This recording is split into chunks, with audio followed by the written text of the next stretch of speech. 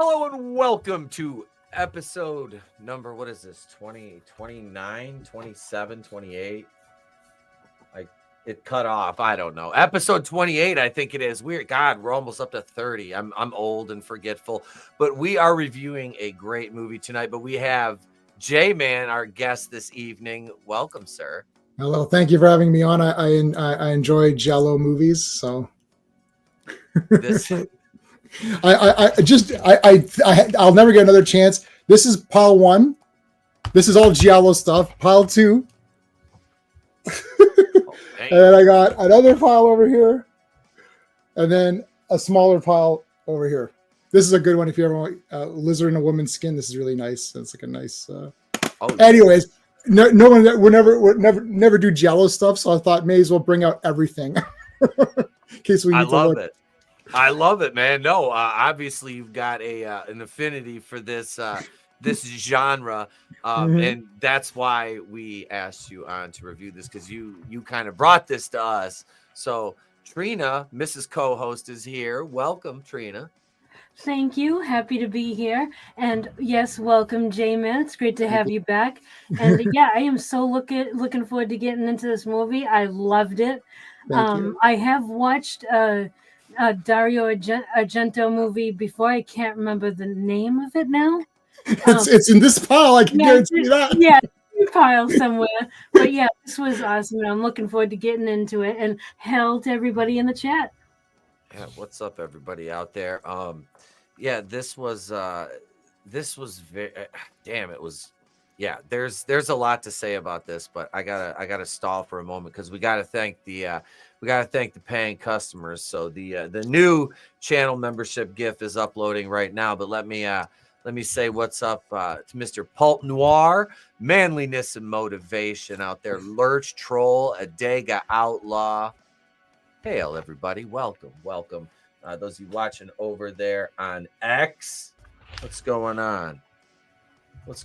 Welcome. I'm not on Rumble. I haven't streamed on Rumble in a minute. I just got sick of their interface. Yeah, it's not as easy as YouTube. I find I don't think I've streamed at all. No, I was doing it consistently, and then it just kind of it's a pain because you can't set up more than one stream at a time. Like you can only do one. You have to go back and I'm like, this is because like you can schedule everything out on StreamYard, you know. But that not so much. But yeah, so let's see here. We'll get into this review. So let me go ahead and we'll thank the paying customers who keep the lights in the studio. Savage reaction to mortal fear. Back to survival, no help for humanity. Back in the prime. I fucking love that song. This is the theme from Savage Beach. If you're an Andy Sedaris fan out there, folks, we've done commentaries for every single one of those. They're on Patreon. We just did Picasso Trigger. We have Savage Beach is the last one. We have a public commentary on YouTube available for that. But we have all of them except we have to do Savage Beach. That's the last one, which we'll be doing probably tomorrow night after these people are fucking happy cast. So yeah, that's all tomorrow night. That's our member stream. So we like to keep our members happy. A happy member. That's why we're sponsored by Manscaped. Manscaped.com. I wish. I don't have that. What? I don't have that kind of juice. I am fishing though. We're looking for sponsors here. But I'm going to mute the background music for this because this song demands your undivided attention. Ladies and gentlemen, let's talk about Tenebrae.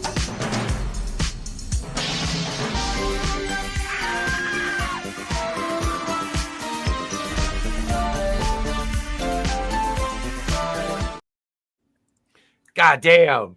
I am recording that. I will take the copyright every time because that is going to be background music in my damn videos now. That is the best theme since Friday the 13th Part 3 right there. Like that. I freaking love it. Oh my god, it just grabbed like, yeah. I was like, It's oh, guys, this that's is just money. one of Money. many. That's one of many. A lot of these comes with the soundtracks too. Like, oh, I can't. I'm gonna open the doors here. You're gonna have so many of these downloaded as soundtracks now. It's like, like my entire phone is like every soundtrack to everything. Goblin, all those guys are they did. So a lot of those guys did the Dawn of the Dead soundtrack, which is a very famous one. Yes. Yeah. Yeah. Conquest, buddy. Oh my God. Manliness just mentioned Conquest. Wow. I'm the champion of Conquest. I've got every poster, theatrical. I got a big, huge poster. I don't have the LP, but I have the downloaded soundtrack. I have the Blu-ray. I've got the DVD. I have the VHS.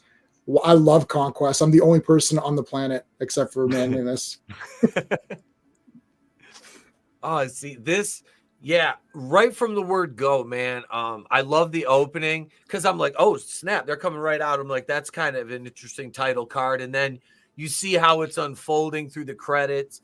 I'm Trina. I'm gonna let you quarterback, and I'm just gonna chime in because I took some notes, but I know you're note taking, so I'm gonna let you steer the ship on this one. But I'm just gonna say, for me, I can't. Damn, like I was telling Trina backstage before we started that I was like, I absolutely love this movie. Like I freaking loved it. Yeah. Did I love this? Oh my god. This movie was awesome. So this is a very different type of horror. I mean, it's got the same, basic elements as you expect in horror, but there's also a lot of story to it, which you find more in like thriller movies.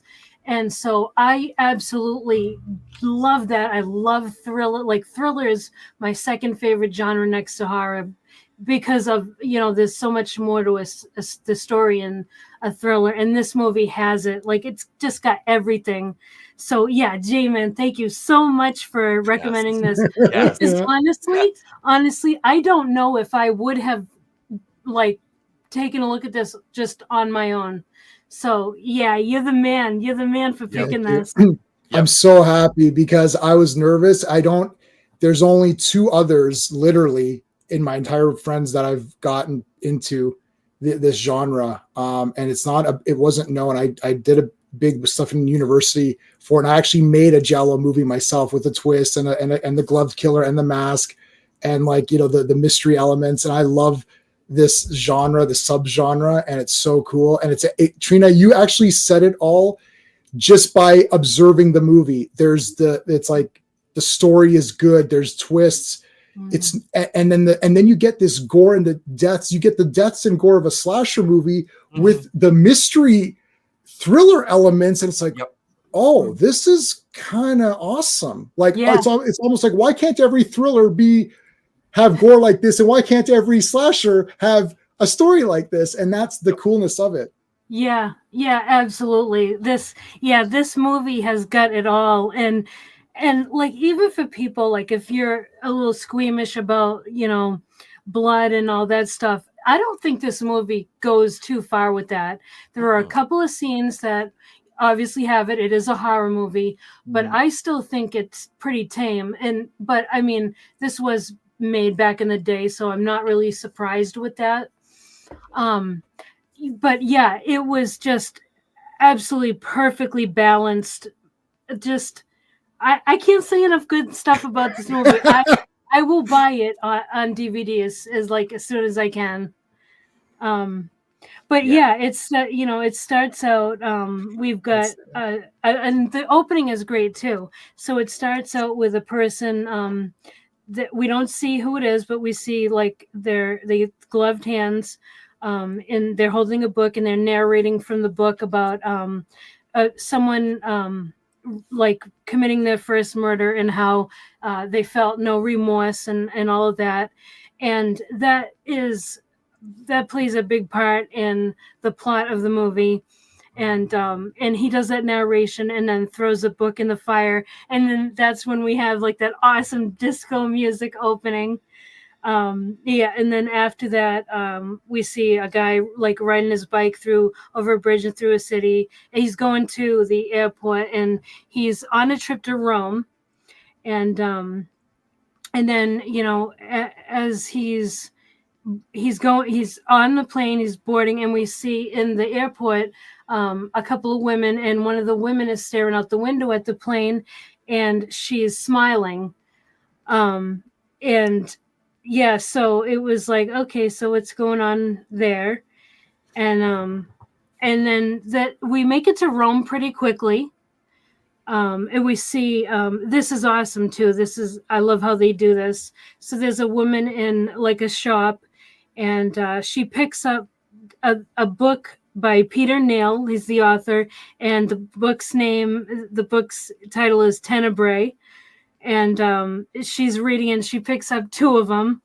And we see someone kind of stalking through the aisles. We don't see that person, but we kind of see it through as if we're behind the camera. We see it that way. And I love how that's shot. That's like that mystery is there. And she kind of takes, like, she notices, and he, like, this person, I shouldn't say he because we don't know.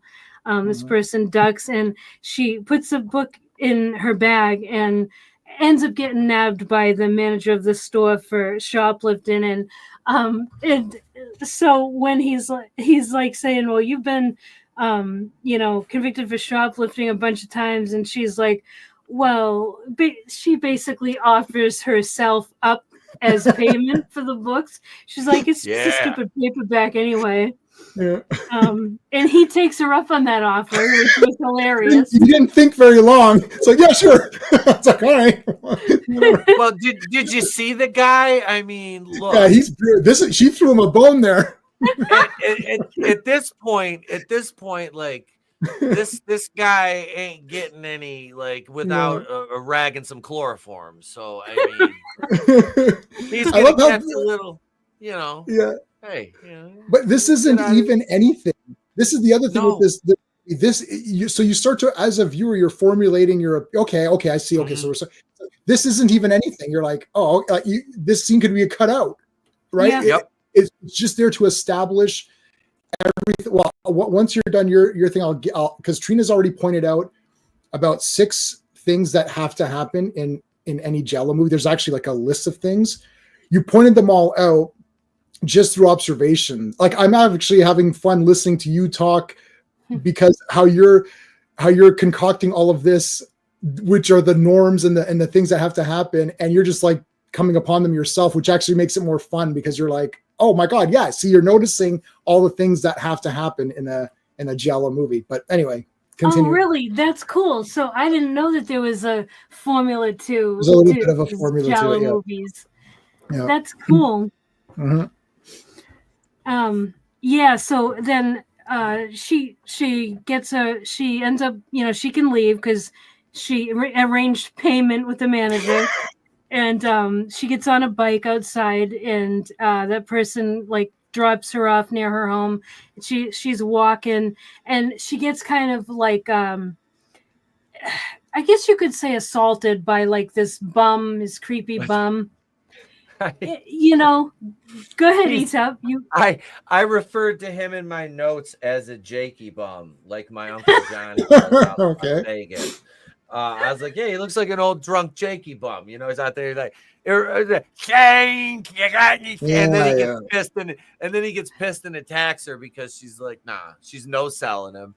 And I love the chase to the gate, and she's trying to get the key, and then he fucking slams his goddamn fingers in the gate, like, no, you ain't getting it, bub. Just wah. I thought, I was like, oh shit. Like, when she first did, I'm like, because I'm looking at it, like, that's a metal gate. Is she gonna cut this motherfucker's fingers off? Like, she's resourceful, right? Like, yeah, but so she did. Bam. She got it. Well, she got out of. See, she got out of the one situation using her sexuality. She got out of the second one by just being faster. Until she gets utterly destroyed. But anyway. Yeah. That's a good point. Like, she kind of has some qualities of a final girl in that regard. Yeah. But as we are watching, we find out she definitely is not the final girl of the movie. So No, this was such a Drew Barrymore. Yeah. This is such a Drew Barrymore. I know. I'm like, because I'm like intently watching this. I'm like, okay, so every little detail is going to be important with this girl, and then she dies, and I'm like, the fuck? I'm like, okay, so I'm like, oh shit. As soon as she died, I'm like, this is the throwaway scene. Yep, this is the throwaway scene. But it was, not throwaway, but I mean, like, it was a swerve, it was a ruse, and it was fantastic. Like, the guy, so the bum, he gets into the courtyard of where her apartment is, and she's in her apartment, and she's getting ready to shower or something. She takes her dress off. She's got like a little shirt on, and it's cold, and she when she hears something, and then the bum's at the window. He's like banging on the window, and she has her back to the door frame, and all of a sudden the gloved hand comes out and grabs her, and we see the upward swing with the old school straight razor. Yeah. Yep. Most of the victims, all of the victims in these movies are not just victims to be there, like when you're watching Friday the 13th, which we love, where it's like you're like, oh, they're dead, because there's more to each victim. Right. As you go through it, you'll notice like it's not just like that girl, the daughter of the superintendent or whatever. You're like, what the shit? Like, I'm getting ahead, but you know what I'm saying? Like each character, it's like, hey, they're gonna die, and you're almost like, well, wait a minute, what the heck? Like they didn't, they're kind of okay, and even the two women, like they were okay characters. Like it was like they were developing these characters, and it's just like cut short, and you're like, oh well, I guess that's it for them. But that's your first thing right there. That girl, this whole sequence, shoplifting. You're like, okay, why do I need to see all of this if they're just going to die? But that's part of it. Well, I like that because it's like that's the thriller aspect of the movie, right? Because in like you're in just a straight shooter slasher, you wouldn't have this kind of following her around the bookstore unless she's important to the story overall. You would just like see her getting taken out. Like they don't really waste much time in a regular slasher movie. And that's what I love so much about this movie is that they spend time on the characters, even if they don't make it at the end. And it just adds so much more to the movie. It really, like, I totally recommend this to all of you guys watching. Yes. This is such an awesome movie. But yeah, like all the characters end up they get developed in some way, some more than others, obviously. But yeah, like I love that. I think it's awesome. But yeah, so go ahead. Oh no, I was gonna say one death hit me particularly hard later on in the movie. I'm not gonna jump ahead, but it was just like when it happened, I was like, no, why? Why? You were so close. Why? There's actually a lot of deaths. There's actually quite a lot of deaths for each character to take because they're developing little characters with those little scenes, and you're like, well, there's not going to be that many deaths then because if it's taking this long to off a character who's not important, there's not. But you're like, it ramps up. And all of a sudden, you're like, holy, how many people have died in this? This is a lot. Yeah. What up, Slasher? How you doing, brother? Hey, Slasher. I'm sorry, Trina. I just kind of jumped in there, but no, that's all right. You can take over too. No. You're fine. I just want to jump in there for a second. Go ahead. Okay. So we see her. We see her get killed, and we see we have like a camera shutter, and the killer takes a picture of her, and also during that scene, so she doesn't just get is that the one where he's stuffing pages of the book in her mouth too? Yeah, I thought so. Yeah, this, and he's like shoving the papers in there to frame or to, whatever. Kind of. And Kind of like Kennedy did that girl out. Never mind. Oh my God. And so that actually is important to the story as well, that he's shoving the pages of the book down her throat as he's attacking her and killing her. So she ends up, she's gone now. And then what happens? Yeah, so now Peter's in Rome, and he's greeted by the woman. Was that, I can't remember her name. Like a secretary? I think Anne? She's in Anne? Yeah. That's Anne. Yeah, she's in almost every Argento movie. Oh, really? That girl, yeah, she's in almost all of them. Okay, cool. Yep, so I get to see her a lot. The girl that greets him is Matilda, I think her name is, or something like that. Tilda. It's the brown-haired girl. She's like a journalist, and she's sorry, you're talking about before that. Yeah. She's a journalist. Yep, and she's there at the airport parading him.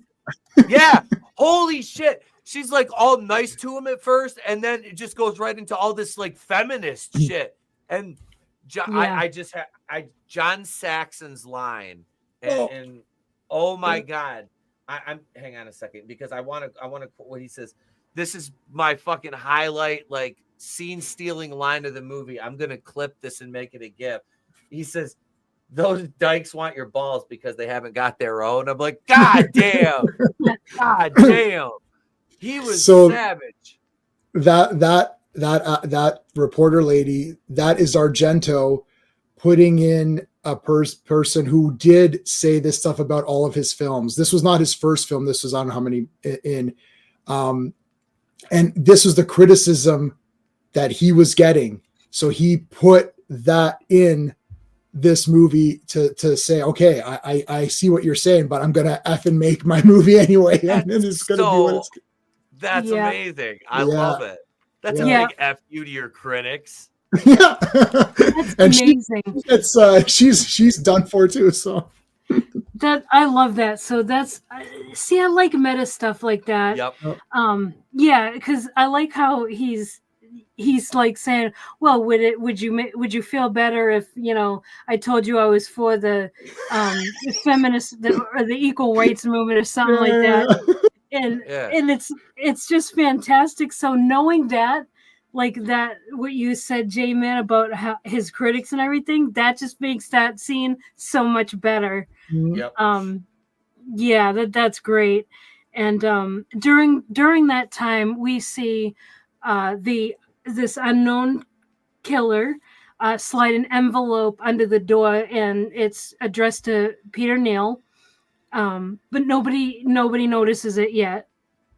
But and there's like a room full of people too.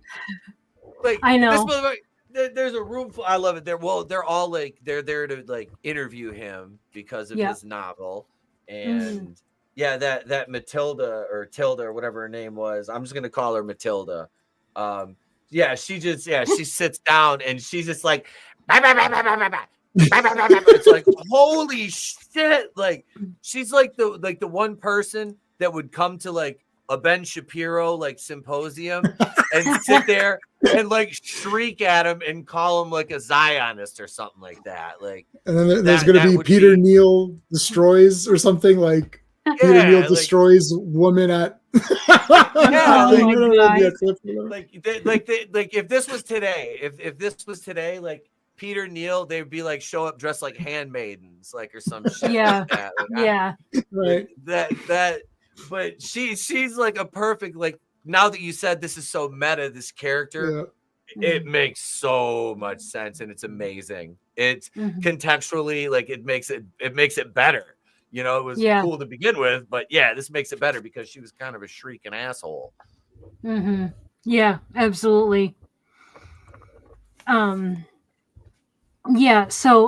that little like that get together or whatever, I don't know what you want to call that's over now.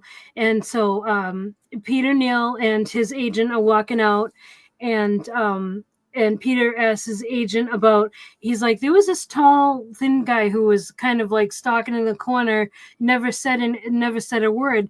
And the agent is like, oh, that's Cristiano, Roberti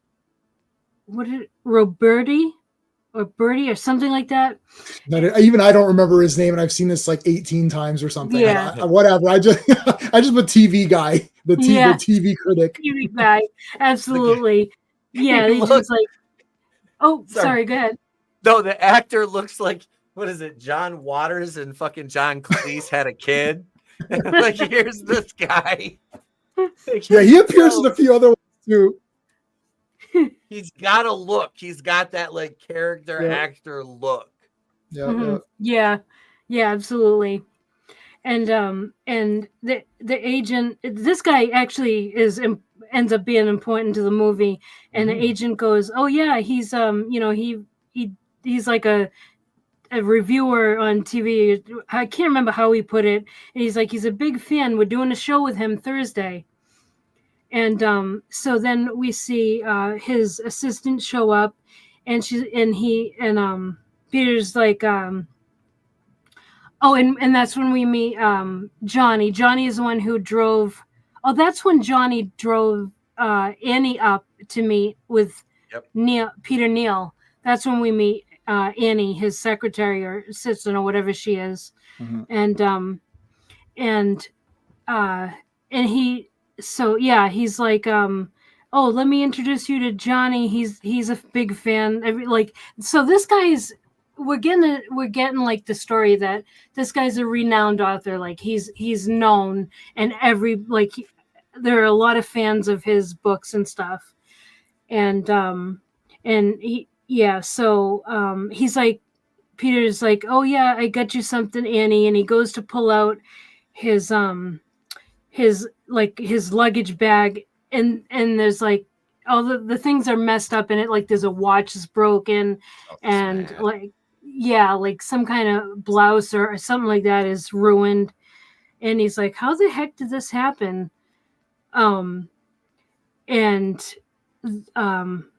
So yeah, that's left there, and then they end up Peter Neal, Annie and Johnny end up at his hotel.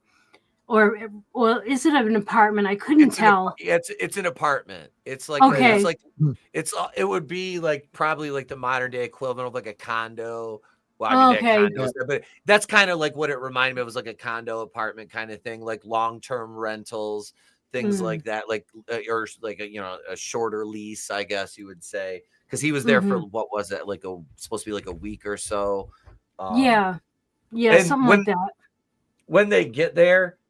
Hang on a second. I'm gonna this was when they walk in, the freaking detective like standing there was so goddamn creepy. Like just the expression on his face, because they come in and it's like, what the hell? Like the dude is just standing there in the dark, and then you see his partners there too, and it's like, why didn't you guys at least turn the lights on? It would have been a little less creepy. Right here, hang on. Here it is. Hang on. Let me share this. Let me see if I can share this. Right here. Like, look at him. Yeah. He's just waiting here in the dark. He's just like, oh, a buongiorno. Like, what? But is he the killer? This is the thriller aspects. You're placing people. Who's that weird guy? And that was it. It was like they pop in because you've already like you're already like looking at all these people that you've met already, and it's like the guy that plays Peter Neal. This dude looks like Martin Freeman. He's like a taller like Martin Freeman. Like, yeah. That's kind of like that's what he looked. I'm just like, is he Martin Freeman's dad or uncle? There's a cool line right before they go to that apartment with John Saxon where he says, they love your books, but they hate success, which is absolutely a brilliant line of dialogue to say that yeah, they don't want you to look like you're too rich and making too much money. But yeah, keep making books. They love your books. They sell out, but they don't want to see the success on you. And that's why he's like, we've got this little, everything's like explained, like, why is he in this little apartment? Like, if this guy is Stephen King, like Peter Neal would be Stephen King, if we're comparing it. So like, there would be massive people there, but he's like, well, we can't make it look like you're too successful because then they're going to resent you. Right. Which I thought was an interesting line. And that's, that is true. that holds true for anybody, really. So, yep, absolutely. Anyway, yep. Yeah. So the detectives are like, oh, sorry. Yeah, the door was open, and they explain why they're there, and they end up explaining how this woman was brutally murdered, and that her mouth was stuffed with pages from his book Tenebrae. And I like what he says. Well, they ask him about an alibi, and then I thought this reply was brilliant. So Peter Neal says, "Let me ask you something. If someone is murdered by a Smith & Wesson, do you interview the president of Smith & Wesson?" Yep, love it. Yep. I was like, yes, that's great. Love that line. Yep. You could see so much of Basic Instinct. I don't know if you're a fan of Basic Instinct, but they took a lot from all of this movie. The writing the book for an alibi, the using the book, killing the person like in the book with the pick, with the ice pick or whatever, and then going to her. So she's like, why would I write a book about doing that and then do it? All of that is like, that's all from this kind of like, I don't know if it's specifically from this movie, but it seems very, very similar to have the author and being suspected, and then also, what kind of happens. But anyway. Yeah, absolutely. Okay, so then the detective says that he's been reading Tenebrae, and that the murder of this woman is very similar to how the woman in the book is murdered. And then they finally find the envelope, and Peter opens it, and the note says, there's only one answer to the fury that tortured him. And so that's a passage from the book, and then so they're talking about that, and the detective says that he anticipates that he's going to get more letters from him, because he's thinking definitely Peter Neal is like somehow like tied to this, or someone is like obsessed with him, or something like that. We can see like that's where the detectives are going with that. And he says, keep me informed and all that. And then all of a sudden the phone rings. Annie originally answers it. There's nobody on the line. And then her and Johnny go out to like go get some stuff, and the phone rings again. And then this time Peter answers it, and it's a woman on the line, and she's whispering. Not anxiety you feel, but freedom. You wrote those words on page 46, freedom to strike again. And then Peter motions to the detectives, like, to you pick up the phone, this, you want to listen in on this. And then she whispers, you told me how, Peter Neal, you and me together, we've just begun. Who's up there with you? I can see a woman. Is that your girlfriend? Maybe she should be next. But I've got other plans. You'll like them. Just wait and see. And then Neal says, hey, listen, and he's like, we should meet. And she says, we'll meet soon, Neal. You can count on it. And then he says, the girl you killed today, she was, and then the woman interrupts him and says, how did you know about her? Who's with you? And then she hangs up. And then the detective like runs down to, like, he runs outside the building to like a phone booth that's like across the street. Nobody is there at the phone booth, but the phone is sitting on like a little shelf that those old phone booths used to have. Like that's where the phone book would be. But that's it. And he looks down the street. There's nobody or anything. And then we kind of see this kind of like it's almost seems like a dream sequence, where we see like the shadow of what it appears to be a man, but also we hear like this water bubbling noise, and that's important. But we see like this shadow and a man like groaning, and sips water, and then it shows like these guys or kids or whatever watching this woman. This is a really weird sequence. I want to hear what your opinion is on that, because it's just like all of a sudden this happens. You're like, what the hell is going on? And by the way, that is a they that in the red heels. It's not, really? Yes, Dario Argento many times will cast that they them in movies way before it was a thing. Just I'm not sure how that plays. It does play a bit psychologically with what it is. It's not clear in the movie to say that is not who it would appear to be. Like you think it's a woman, but it's actually it is a trans woman. But he does cast a lot, and it is supposed to mean something because of the perversion parts that earlier they were talking about with the TV critic, where he starts talking about the perversion of humanity and stuff, and what that also, that's why that plays a part there. I'm just letting you know, because it wasn't when I first watched it, it wasn't clear to me. It was only after I researched it a bit that I found out that's kind of part of the elements of the story. But anyways, sorry, go ahead. Yeah, no, you're good. You're good. I love this. Like, I love the the context that you add to this.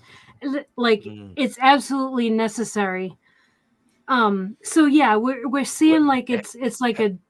Oh, go ahead. Hang on 1 second, Trina. I was gonna say, so when that detective, I don't want to no sell this. So when the detective runs down, he's on the street and he's kind of clearing the phone booth, and then you see what was it? Joan Cusack, his partner. This lady looks like Joan Cusack. The female detective. She comes the inspector. She does. She comes running down, and she almost gets hit by a fucking car, and the car swerves off the road. I'm just like, God damn, that's a random like scene to put in there. Like, that was just kind of funny. Right. Yeah. Like, and then you go, it just right out of that into this like dream sequence. And yeah, like the guy now, I don't know what he was doing there. If he's, is he, I don't know. He's reliving it. So he's like supposed to be reliving this experience in his head. And this, yeah, I'm trying to figure out, I'm like, what the, like, and it goes on and you're like, wait, what is going on? Yeah, it was like how does this relate? Tenebrae book. Yeah, like 3 yeses and a no, and that no got triggered, and then it turned into like, oh shit, like what the this? Yeah, because when you're going back to, and I'm being very careful because we're on YouTube, right? I'm being very careful how I kind of tap danced around this, but yeah, it's like, especially when it came to the heels, I'm like, damn, this is going into some fetish shit right here. Like, right. Well, it's like, meant to be, right? Yeah, yeah. And it goes back to that conversation about, like you said, the perversions of humanity.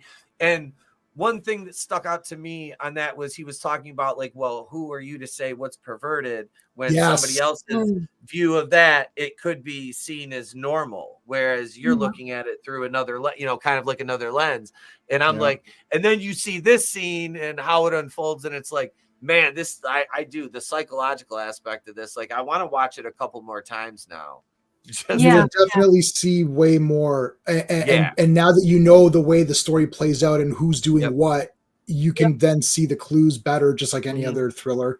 But yeah, like a lot of weirdness with that, and you saw the lesbian relationship earlier with the reporter and her, which is it'll be explained again. Then there's that, like there's 3 guys, one they with the red shoes.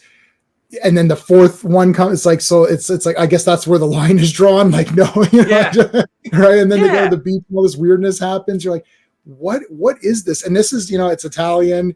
This is the way that they're presenting their thing. And it's awesome because we've never seen anything like, when you're watching this, it's like a new experience, even though it's an old movie. It seems like it's like, this is fresh and new.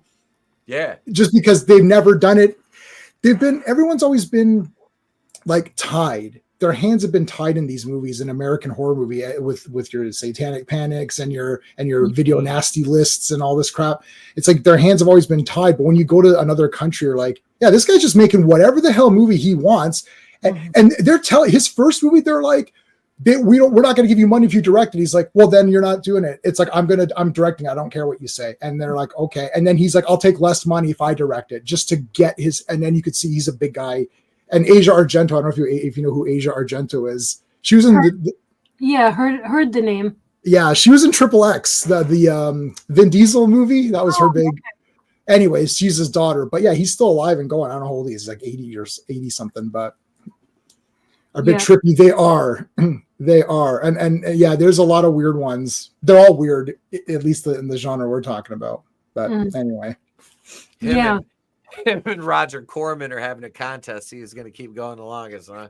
Yeah, Roger, come on. Or no, Corman and Lloyd Kaufman's still around too. Oh, I met Lloyd Kaufman. He's the best. I didn't get to meet him. I was like 10 feet away from him at Horror Hound. Like I said, all I see is this little old white guy with the airbrush Tupac Thug Life jacket. Like North Carolina blue. Here's fucking Lloyd Kaufman. I was like, who the fuck is that? Draven's like, that's Lloyd Kaufman. I was like, oh shit, it is. But all right, I'm sorry, I derailed it. But we go back and we're at that like little like the bar, and yeah, that's where the reporter, her like girlfriend goes and picks up a guy at the bar and like just basically says, yeah, I'm gonna go pick this guy up and blah blah blah. And you can tell the other one's jealous because she's like, oh, he's a piece of shit, man. Kind of bitching. It's like they have an odd, like weird relationship, but I'm like, okay. And yeah, so she's like, I'm just gonna go fuck this guy, basically. And tell my girlfriend about how awesome he was. Yeah. And then like the girlfriend, she's obviously not too enthused about this whole situation. And they have a typical well, I mean, I guess if you look at statistics, the women, the lesbians have the most high rate of domestic violence. And this movie just goes right along with the proven statistics because she throws a fucking glass at her. Isn't it like a vase or something? It's like yeah. Again, the first girl was selling herself to get out of paying for it. Now we've got this relationship which the killer sees as perverted. There is a method to what's going on, and it's from Tenebrae, and it's from the experiences of that dream sequence, more of a memory sequence, I guess. And that's how it all like will tie up into it together, and then you got your guy snapping at the end. But anyway, and I love. I was gonna say, and she like I love how the I don't remember the girlfriend's name, not the one that's not Matilda, the femme of the relationship, I guess she would be. She's just standing there talking to her with her toga and her titty hanging out. I'm just like, that's casual. And at first I was like, are they in an apartment? No, that's a house. That's not. I'm like, that's a big ass house. I'm like, what? She makes that much money as a freaking as a writer? Like, Jesus. Yeah. And that's like they're very toxic because Tilda is obviously in love with, I can't remember the woman's name either. I didn't even know if we were ever told her name. I don't remember either. I don't think they gave her a name, did they? Yeah, I don't think so. But you can tell that Tilda's in love with this woman.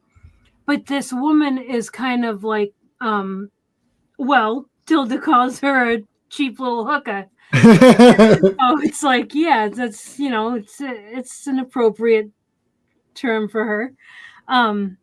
But it's like, it's sad what ends up happening because it doesn't seem like Tilda should end up getting the end that she gets.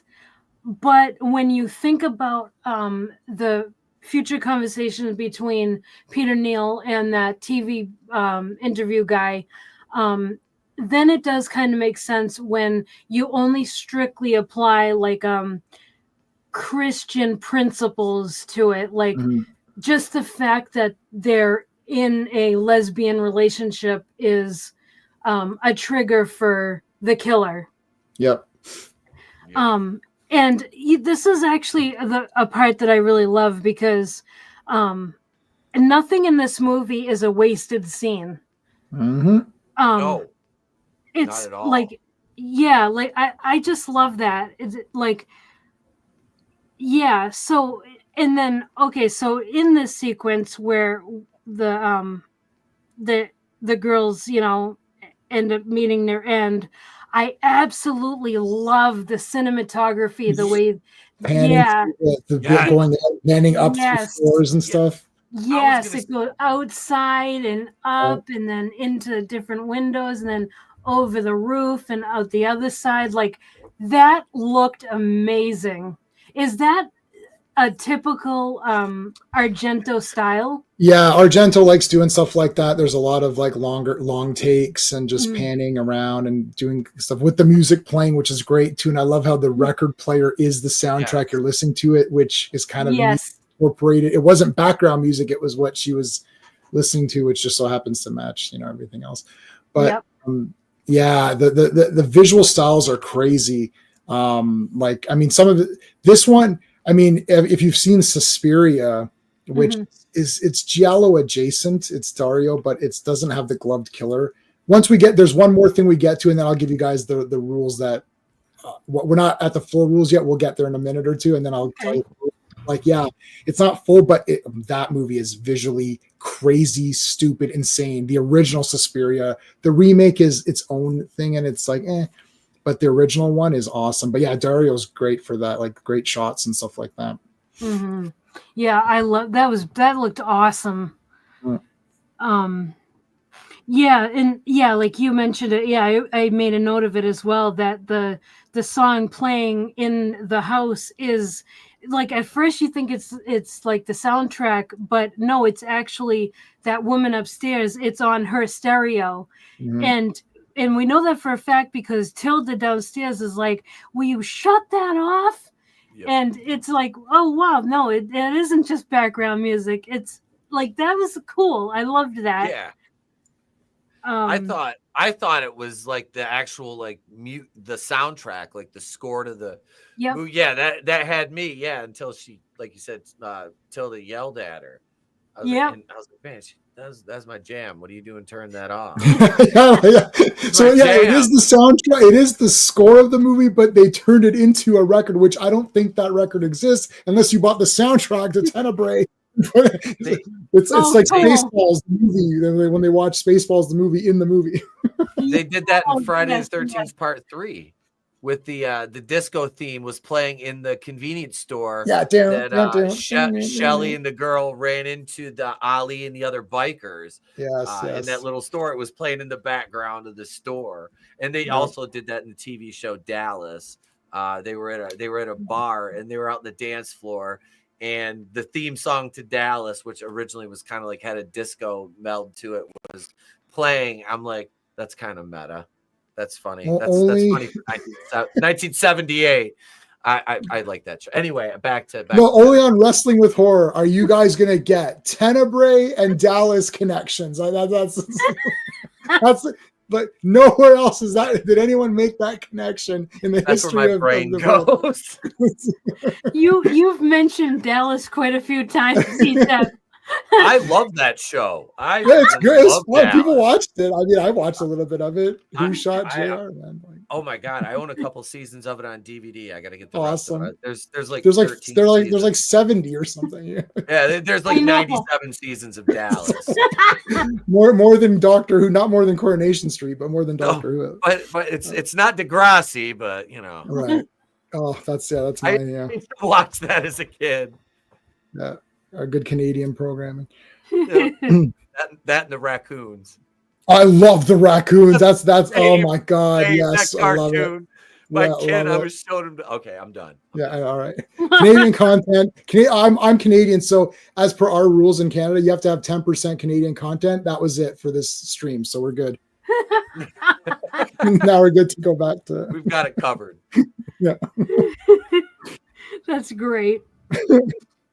So Tilda ends up getting it by so we hear like she's putting a shirt on, and then we hear pervert, filthy, slimy pervert, and then as she's putting this shirt on, we see like the gloved hand and arm kind of go up, like go at her and grabs her, and then she gets slashed and killed. And then her lover upstairs, she hears, she's getting out of the shower and she hears like the commotion downstairs, so she's calling for Tilda, and then she kind of like decides to go like check it out, so she starts to walk, like down the stairs a bit, and then we see the gloved hand and the blade that the person breaks the bulb, so that light is dead now, and but she sees that Tilda's dead, so she's like freaked out. She starts running upstairs, but she ends up getting killed as well, and then we see, just like the first kill, the camera flash, and we hear the like camera noises, so photos taken again, and then the next thing we see, we see like this photo lab type thing, and we're hearing water noises again, just like a little bit earlier, and we see like a blade being rinsed off, and the pictures that we see are like the hanging up there of the dead women, and so we know now that that's like his, or I shouldn't say his because we don't know for sure if it's a male or female. We see the killer's like lab, whatever you want to call it, is lair. And so I thought that was cool. I like how they did that. Though we know what the water noises are now from hearing it earlier. We didn't know where that water noise like that was coming from. Now we know. I like how they did that. That was clever. So then it cuts to Peter Neal in his apartment. He calls down to the rental office. His hot water is like not working. So the guy sends his daughter, and she's like 5,000 lira, please. And like, I don't know what that translates to American money, but I just thought that was funny. And she gets like, she gets prepaid for a service call. Yeah, like that was funny. That was odd. So that was her dad. She's shaking down her dad, and mind you, she is supposed to be like a teenager, like young. And I'm just like, man, it was kind of swarmy the way he was like, she like walked by him and he was like, oh, I'm like, dog, she's a child. Like, come on, man. He says it's jailbait, or he did. I'm just like, oh. Anna's like, oh, what's going on over here? It's like making friends. Like, no, it's just no. Like, she's fixing the. But he's like, your voice was deeper on the phone. That was funny. Yep. That was my dad. Talking to her dad, yeah. It's like, and then because they took a lot of like time with her like character, they gave her dialogue, you know, so it's like there was setup for her. So you're like, okay, she's gonna be involved somewhere down the line. You kind of get that feeling, unless it was a swerve like that movie we watched last week, He Never Left, with Cindy, the gas station girl. Remember that, Trina? We were talking about that, how they're like, they introduced her, they gave her all this dialogue, they set something up, and it's like, ha, red herring. Yep. Oh, awful movie. Yeah. But that is not this movie, which was way better. This was fantastic. Yep. And so yeah, so another part that so that all happens with the hot water and everything. That's fixed now. And she oh yeah, I like how she asked him about another book of his, which was not Tenebrae, and I can't remember the name of it now. I don't remember either. Yeah, but I like that, and I was wondering if maybe that book was less degenerate. I don't know. I don't know. Probably not. I think he's known for these kinds of things, which is why that reporter says all your books are about you know destroying women and all this stuff and yes and all that stuff. So okay, so like yeah, after all of that, so the book I did write it down. The book that she asked about was Out of Dawn. Was that a movie of that? No, I don't know what that. I don't know what that reference was. Okay, it could be something. It's just I don't know it. Okay, all right. Random name. Okay.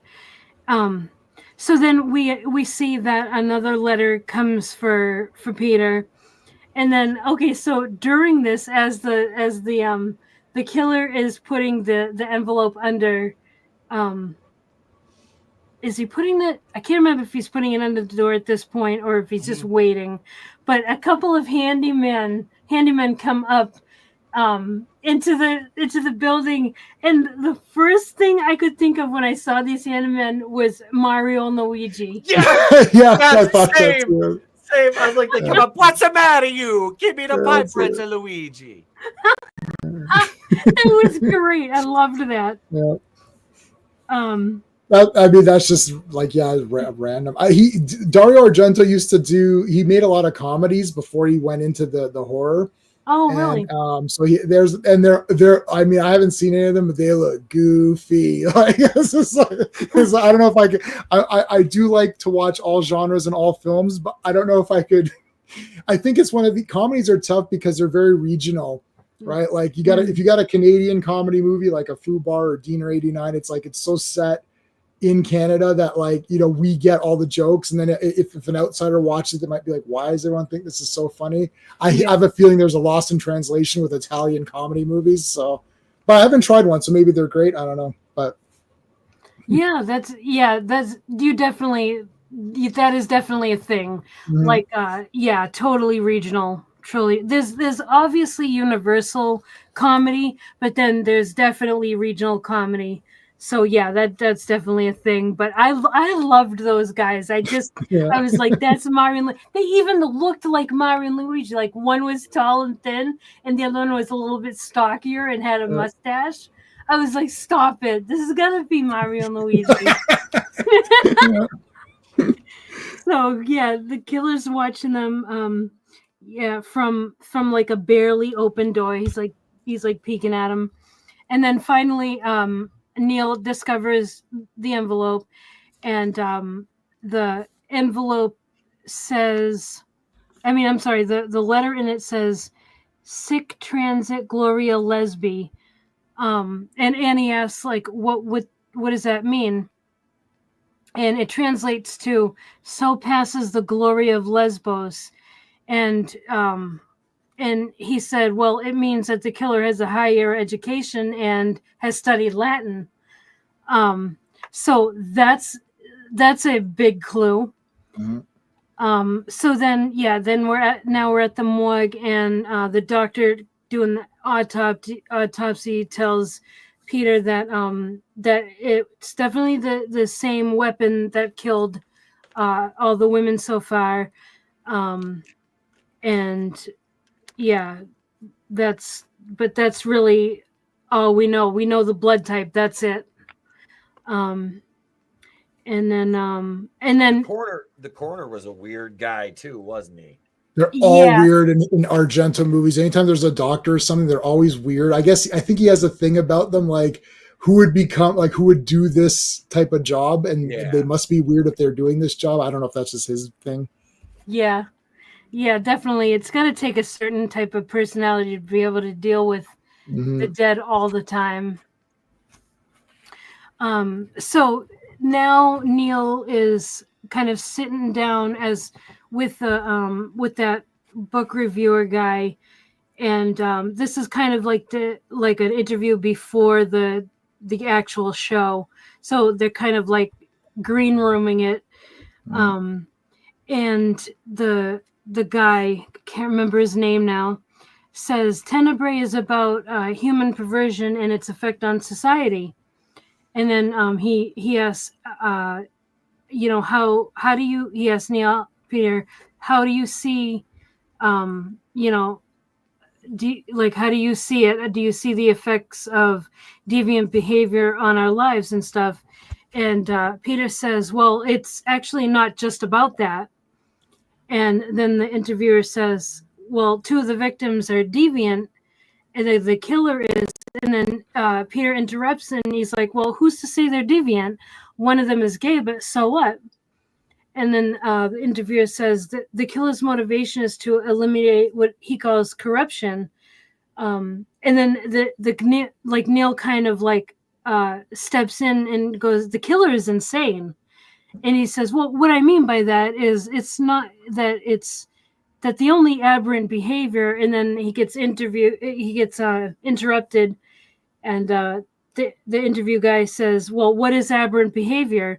And then he laughs and he's like, I was brought up a very strict Catholic. Were you? And Peter says, yeah, I guess so. And the interview says, but I believe in abortion. I believe in divorce. So, by the Catholic standpoint, that makes me aberrant. And then Peter says, well, I thought this was an afternoon show. Do you really want to get this heavy? Yeah. Like, this isn't like Jerry Springer or whatever it is. It's like, this is like, it's like Sally Jesse or something. Yeah. Yep.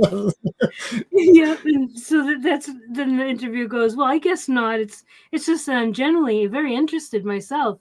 And yeah, you can tell the interviewer's demeanor and like the way he conducts himself in this. He's very vested in this book and Peter himself. This isn't just like a detached, like we're horror fans, so we would interview a producer or a director or someone, and we would be detached from them.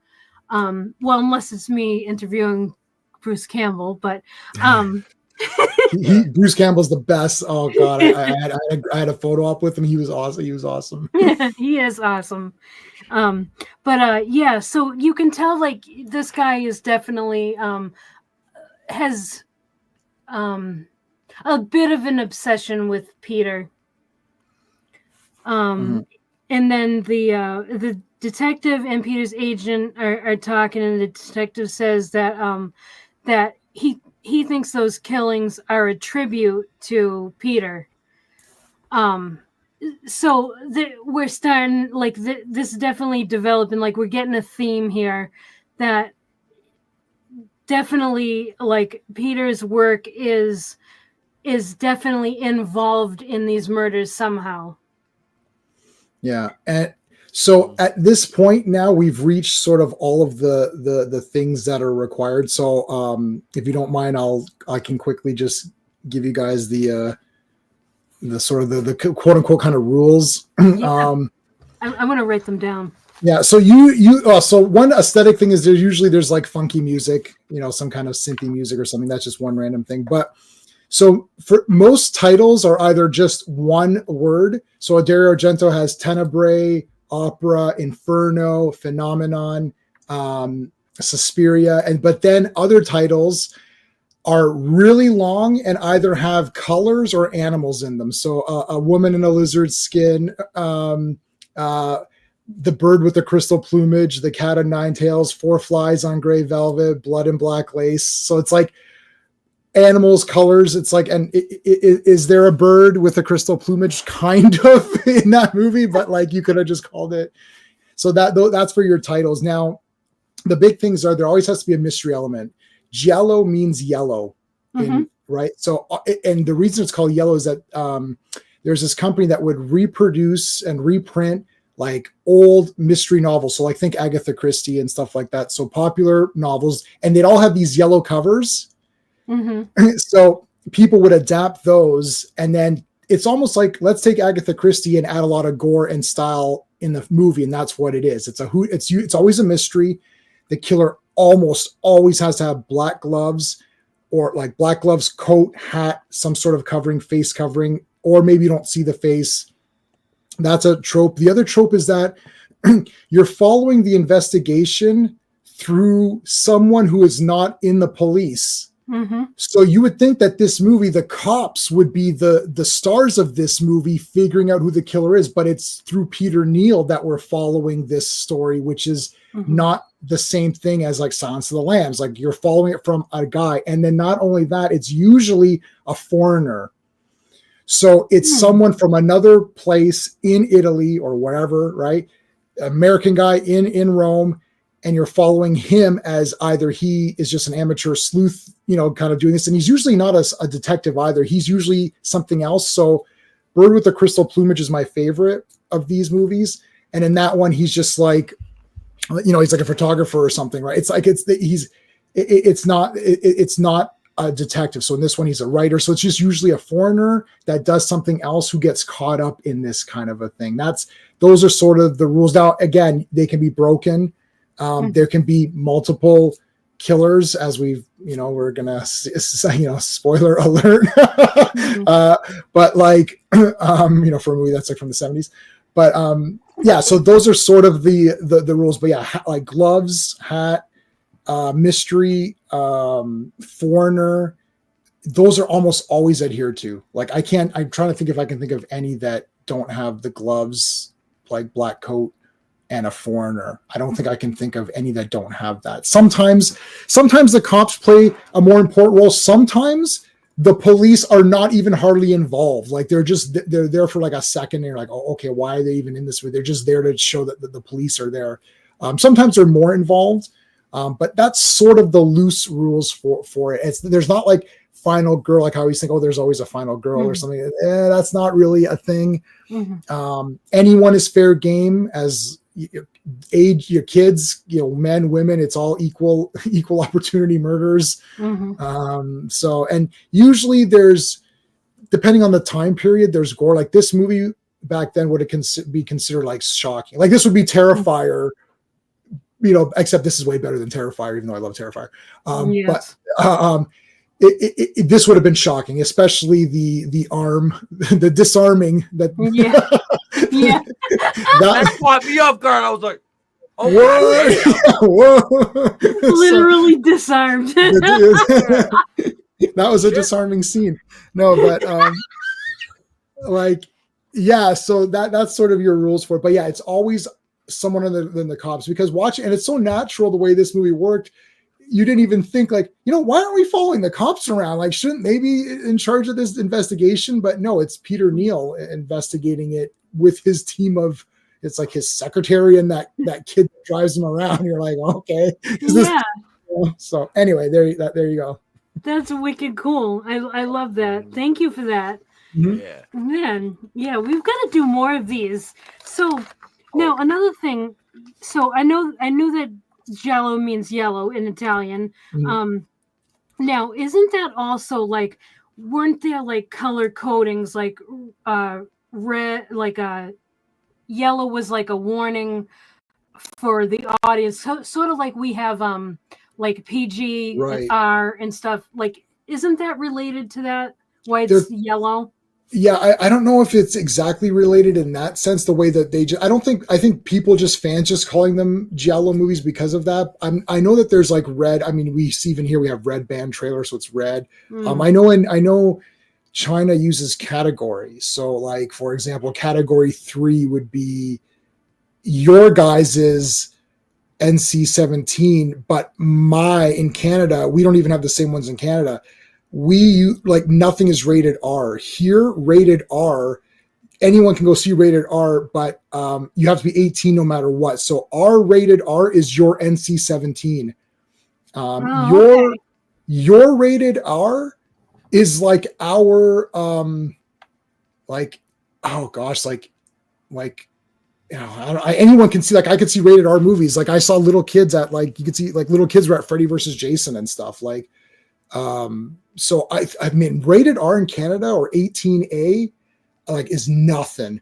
Like there was nothing 18A that I can remember in the last, like, I think maybe American Psycho was 18A because it had the full sex scene in it that you guys didn't get. You guys had that scene removed. So the rating systems are all different. Yeah, I know China, like they have category 1, category 2, category 3, and that's the big one. I don't know how the Italian ratings go because everything I buy has convert. If you're in Canada, whatever you buy, it gets converted to Canadian. So I never see the way that they, like, I know the UK has those little squares that have their category in it. So on mine, it's like, I don't even know if you'll see it. It's like a sticker on the back or something. No, I think I usually take the stickers off, so it's not on here. But anyway.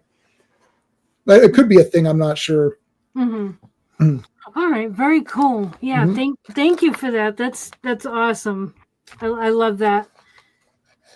All right. So we get into the girl getting the dog.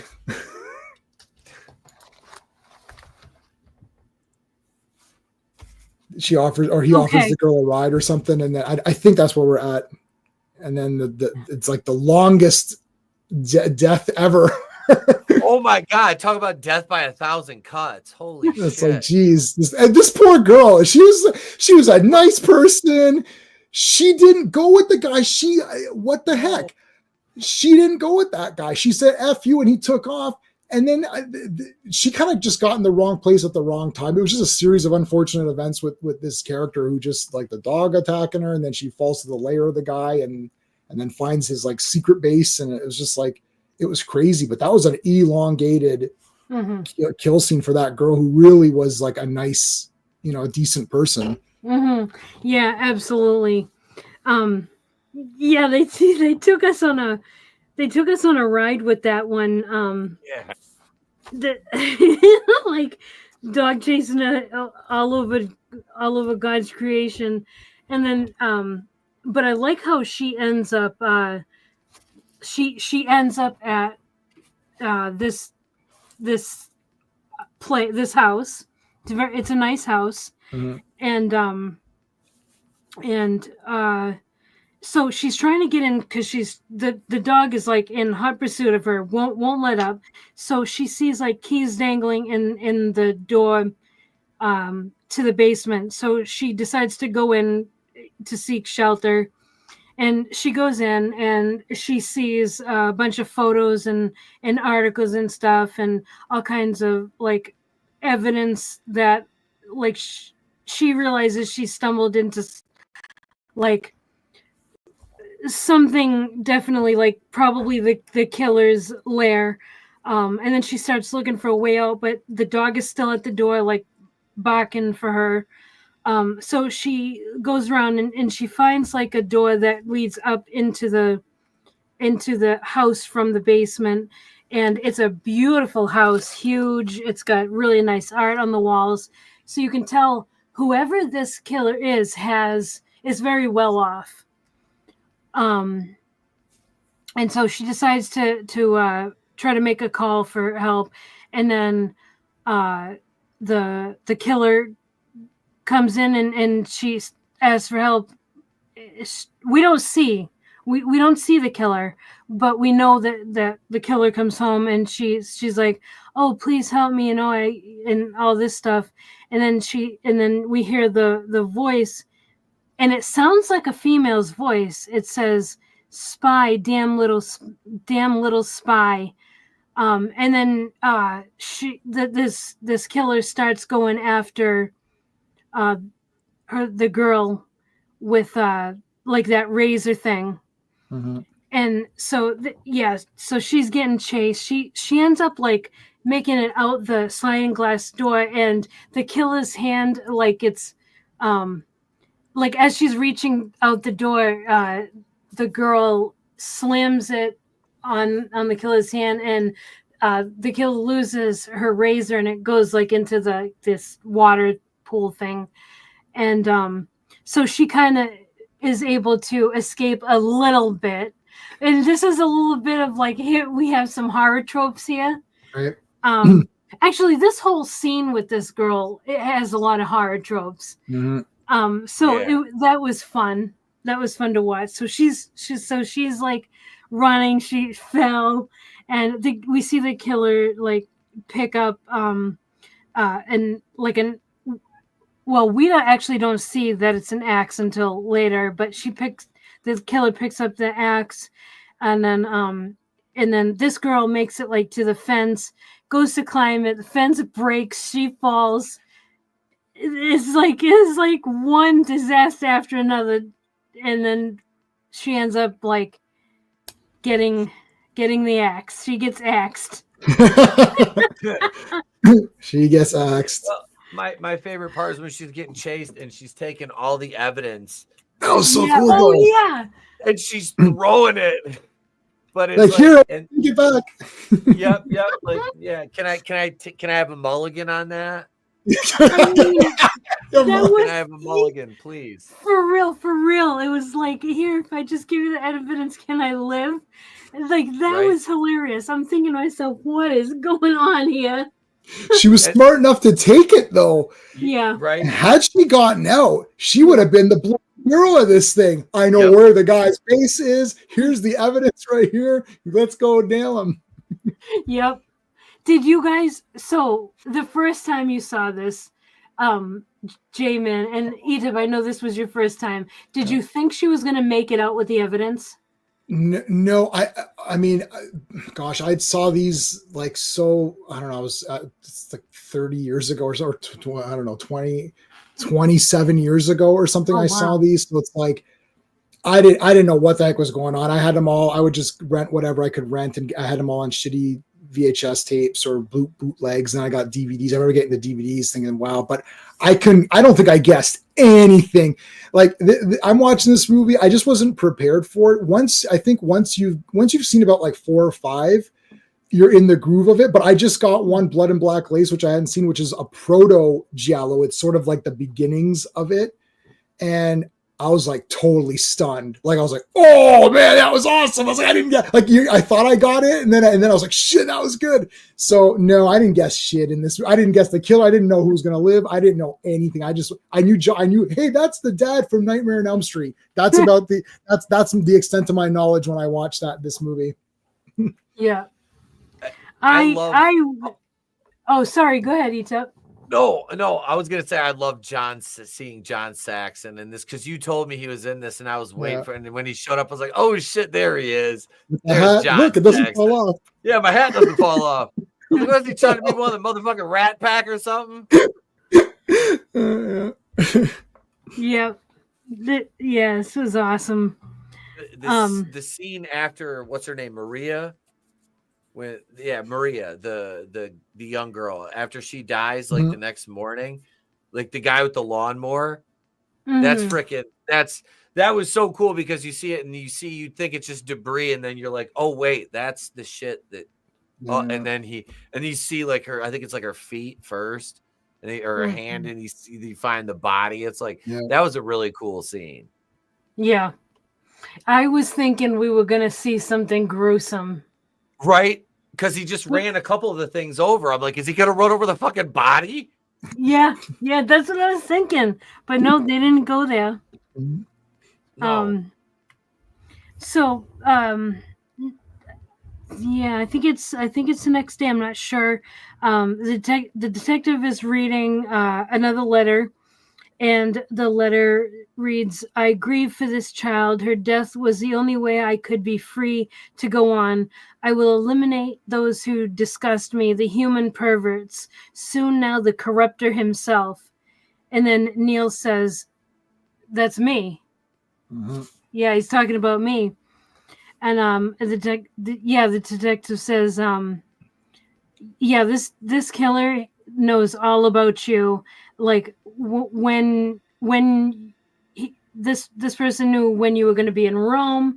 You know, they know your schedule, all this stuff. Basically, like warning him, like this is, could be someone close to you, whatever. It's definitely someone that knows all about you. and then we see Peter, Annie, and Johnny trying to figure out who the killer is. And I like how they kind of go down on the floor and they're like doing some detective work. Yeah. Yeah, yeah, they get all the like stuff on the floor and they're trying to piece the puzzle together.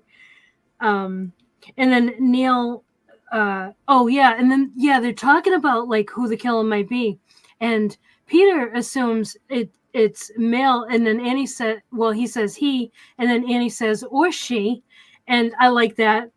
And then Peter remembers, there's his name, Cristiano Berti. He's the TV interviewer guy. Right. Yeah, so that was his name. I kept calling him the interviewer guy. I've seen this. It's like tons of times. I never remember his name. Like, the TV guy or whatever. Yeah. And he remembers like the interview and how Bertie was talking about like human, that Tenebrae is all about like human perversion and all that stuff. And then he gets a phone book and he discovers that Bertie lives like only three blocks away from him. So Johnny's like, well, we should get the police involved. And then Neil's like, no, what if I figure this out myself? And like thinking basically he can take the credit and that adds to his fame. So yeah, he decides that they're going to be like these gumshoe reporters. Yeah. I mean, investigators.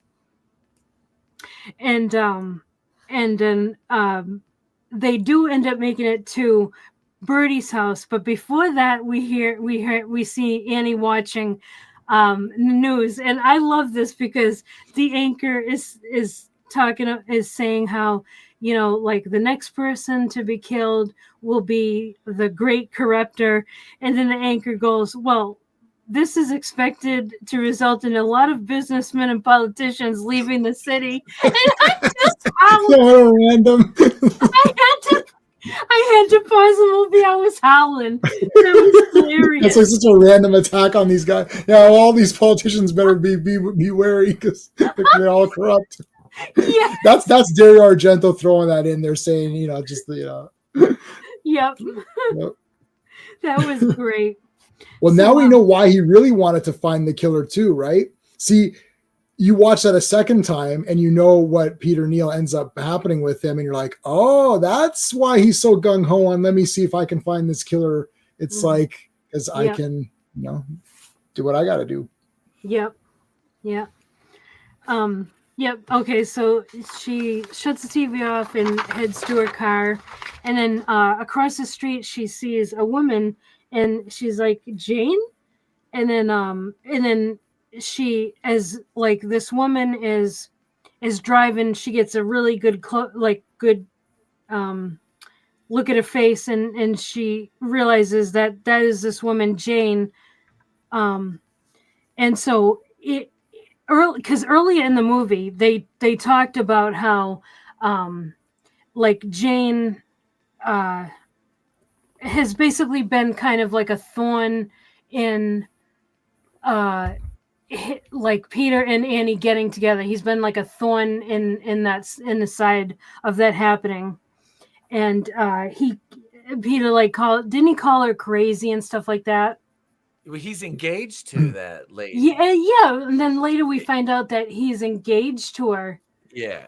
So that was a surprise. But so Annie goes back in and tries to call Jane, because they did try to call her earlier when because when earlier Peter and Annie were talking, and Annie was like, oh, well, I think it was Jane that did that to your luggage. And then Peter tried calling and there was no answer. And she was like, could Jane be in Rome? So now that Annie sees Jane, she's like, wow, holy shit, she's actually in Rome. So she tries to call Jane, to kind of confirm. And again, no, she just got the answer machine. So that's pretty much confirmation she's in Rome. So now we see that Peter and Johnny make it to Bertie's yard, and then we see we see a shot of like the killer destroying the razor. He's like smashing it, and then he's like getting rid of evidence and whatnot. And then Johnny goes around the other side of the house, and because there's a lot of glass to this house, so you can see him clearly. So he goes around the back and he's looking into the house, and then suddenly we see the killer go up to Birdie and says, "Yes, it was me. I killed them," and takes an axe to his head and kills Birdie. So, and then right after that, he throws like this strange item through the glass, and so like Johnny has witnessed this. He decides to go check on Peter, who is on the other side of the house. Peter has somehow hit his head and is bleeding, and so he helps Peter to the car. And then Peter's asking, like, did you see the killer, anything like that? And Johnny's like, no, I didn't see anything. And then they drive back to Peter's apartment. And then, like Annie's taking care of Peter's head and whatnot, and he asks if she can stay. And then poor Johnny, he's just like he's just sent to go home by himself, and he's the one who like witnessed the murder. But then she's like, yeah, I'll stay and all that stuff, and kind of makes a bed there. And she says, 6 years, we've worked together and we've never spent the night together. And he's like, well, that's because Jane, basically was in the way of that. And then they get close, and I guess it's alluded to that they get it on. Mm-hmm. And then we see like this dream sequence where the woman from like that beach scene, that memory sequence, we see her, and she's kind of standing in like this courtyard type, backyard type thing. It's a nice area. She's standing there, and someone, like, it looks like we as the audience go up to her and stab her. And then it cuts out from that, and we see Annie wake up, and she's yelling for Peter, and he's not there. He's actually meeting with his agent. And Peter says that he's thinking of leaving Rome for a couple of weeks, and the agent's like really urgent, and he's like, wait, no, you can't, at least stay till Friday. And then Peter's like, my life is in danger. Yeah, what the hell? And the agent is like, yeah, you're right, I'll book you a suite at this nice hotel, and we'll tell everybody that you're going to New York, and just you and I will know about it. And then as he's leaving, Peter says, I'll call you this afternoon. He leaves, and then his agent's like standing there, and then we see like this woman come out from like this area, like closet or something. I don't know where she was. It's Jane, and she comes out, and they kiss and everything. Shame. So yeah, shame. Yep. So they've been having as this secret relationship. And then Johnny and Peter end up going to Birdie's house because the detectives are there, and Johnny's like, I can't go, and he's having like kind of a PTSD moment in the car, and he nearly crashes it on the way. So Peter gets out, and he's like, I'll walk the rest of the way, and he sends Johnny away. And then the detective is showing Peter around about how much, like, he's showing Peter how much info the guy had on him, and like how obsessed he was, and has some information about how he grew up in Rhode Island. And then they're outside talking, and I think it was it Peter or the detective says That's Peter, the Oh, Conan Doyle, the Sherlock Holmes quote. Yeah. He quotes Arthur Conan Doyle, and he says, "When you've eliminated all the impossible, whatever remains, however improbable, must be the truth." And it's from the Hound of the Baskervilles, and then so that's basically like they're trying to tell us basically like It's not over, or there's more. It's weird. It's like someone who's dead should not be dead, or which is the killer should not be dead, but he is dead. And then someone's alive who shouldn't be, which is he's alive and he really shouldn't be because he's the one who is going to be next. It's weird. It's like if the killer succeeded in killing Peter Neal, that would have prevented the deaths, of the other characters. But then the other killer would still be around too, right? So. Yep. I mean, yeah, I don't know. It's just, it's a neat scene in the second viewing because you're like it's more sinister. Yes, absolutely. And so what I took from that when I watched it was that there's gonna be some kind of twist that we don't see coming. Mm-hmm. There's definitely way more to this story. There's something there we have no idea of. So I really like that. That was an interesting scene. Yeah. And then we see Jane go into her apartment or whatever, and there's a package there for her on the ground, and she goes in, she opens it, and it's a pair of red shoes. They're red high heels, and now they're the same exact shoes that the woman we keep seeing in this memory sequence is wearing. Mm-hmm. The first time we see these red shoes is that first memory sequence where she's on the beach and that woman or whatever sticks her foot down this guy's throat because he hit her. And so this is definitely important. These shoes are important, and that scene is very important. We definitely get that. And then you think it's the critic. If you're watching the movie the first time, you think, oh, maybe this was the critic who was humiliated by her. He hit her, then he hit her, then he was humiliated, and then that's the thing. But the killer is dead because he's admitted to the killer, and he's dead. So why is this red shoe thing still going on? You assumed it was the TV critics' backstory that we're now seeing and come to pass. Yep. But you're like, well, wait a minute. Why is this scene happening? This should not be happening. This guy's dead. It's over. But look, there's 15 minutes left in this movie. What's going to happen? Yeah, that got me at first too, because when the Cristiano got killed, and they showed that, and I'm like, it hooked me. I'm like, wait a minute. Yeah, what is all this about now? I was like, oh, okay, so I was completely wrong. All right.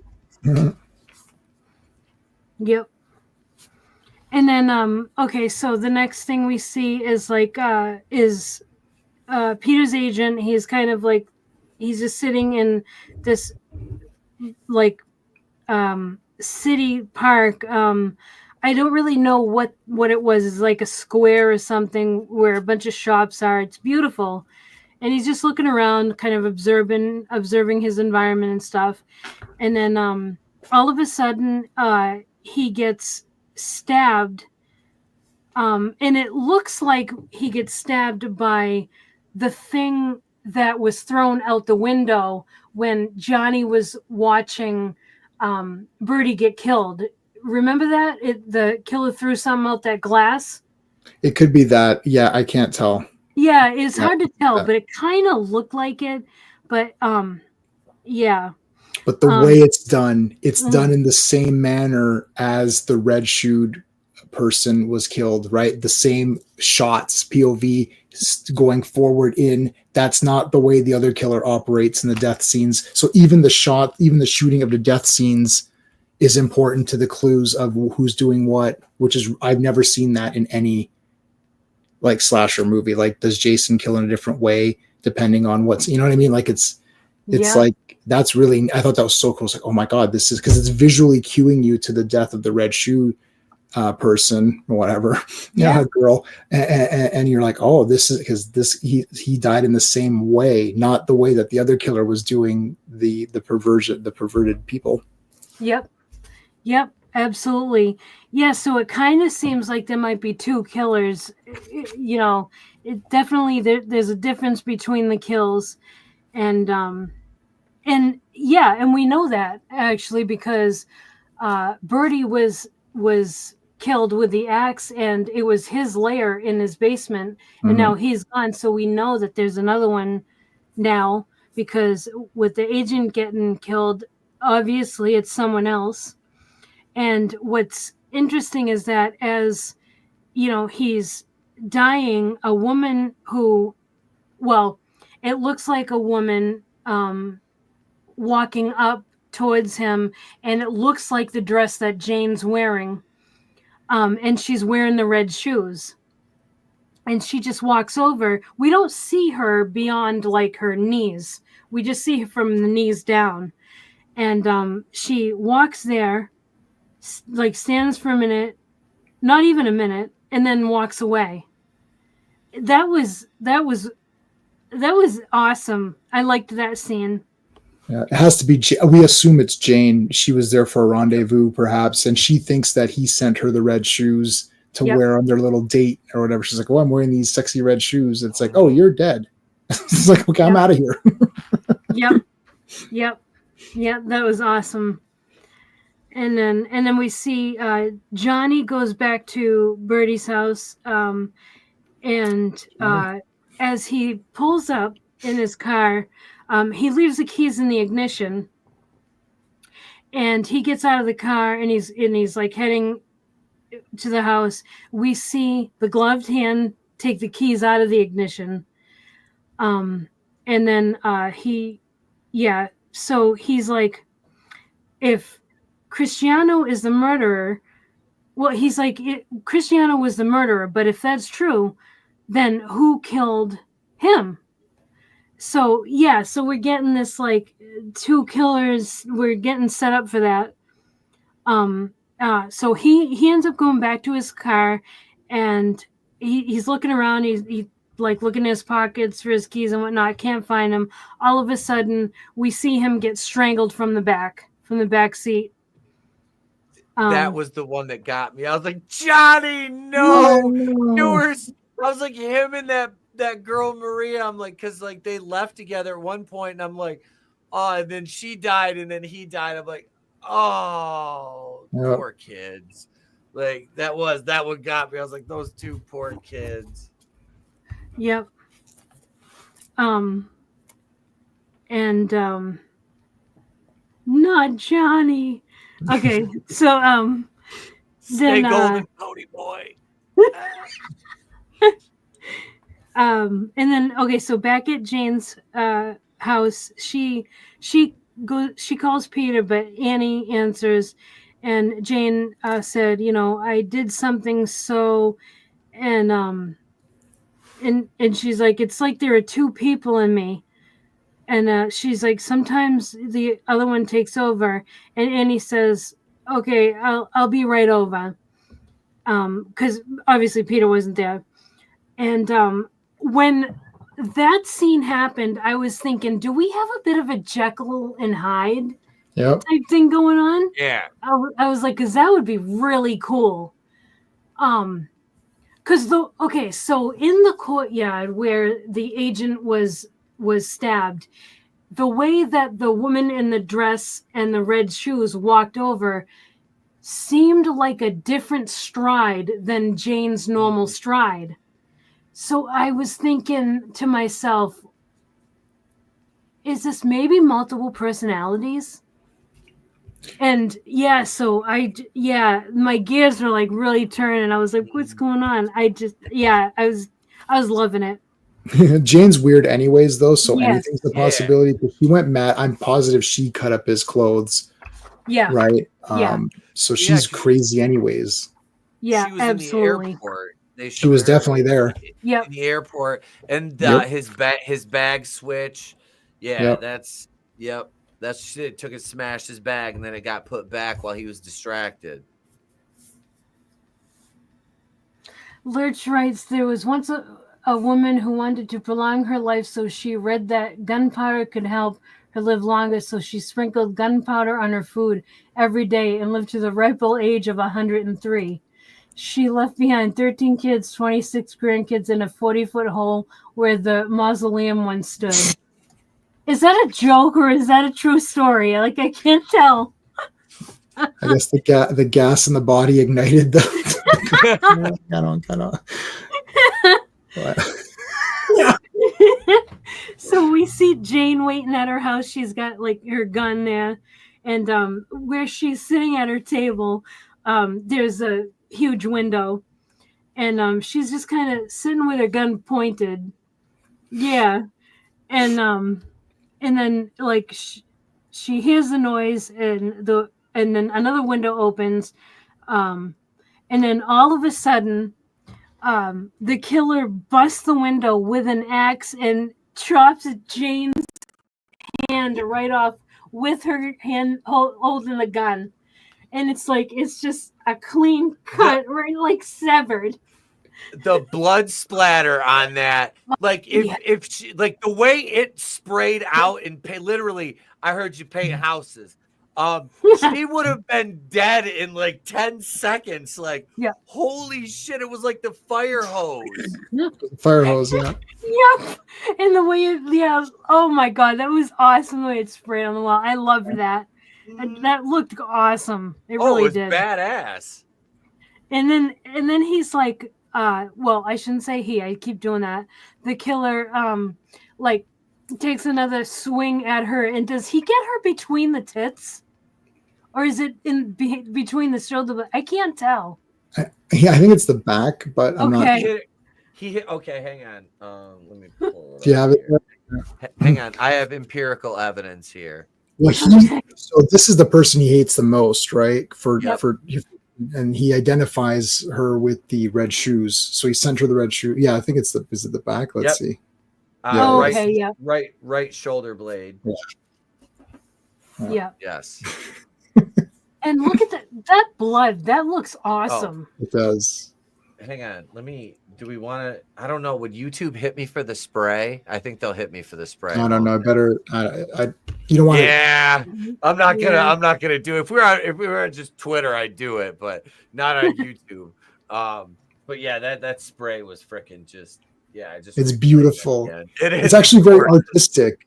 Yeah. Really, the pattern and the way it hits and everything, and just the way they've got it directing when it's like shooting out of it. It's a great effect. That's why practical is so amazing. Yeah. Mm-hmm.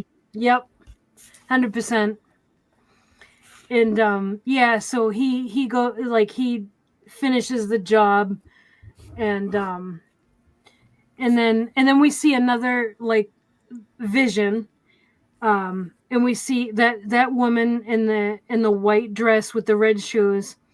We see like it looks like we as the audience go up to her and stab her, and she falls down, and then the camera pans and we see the red shoes, and we see the killer take the red shoes, and that's when we can tell that it's a male because the hairy arms and whatnot. You can tell it's a male. And so that is where that's where Jane got her red shoes, was that woman. And then so he's in Jane's apartment, and then we hear like a car pull up. And remember, Annie said she was on her way. So a woman, makes it to the door. And as an audience, we think Anne shows up.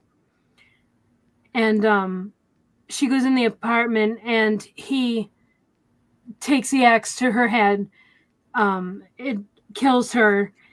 And then he is hiding.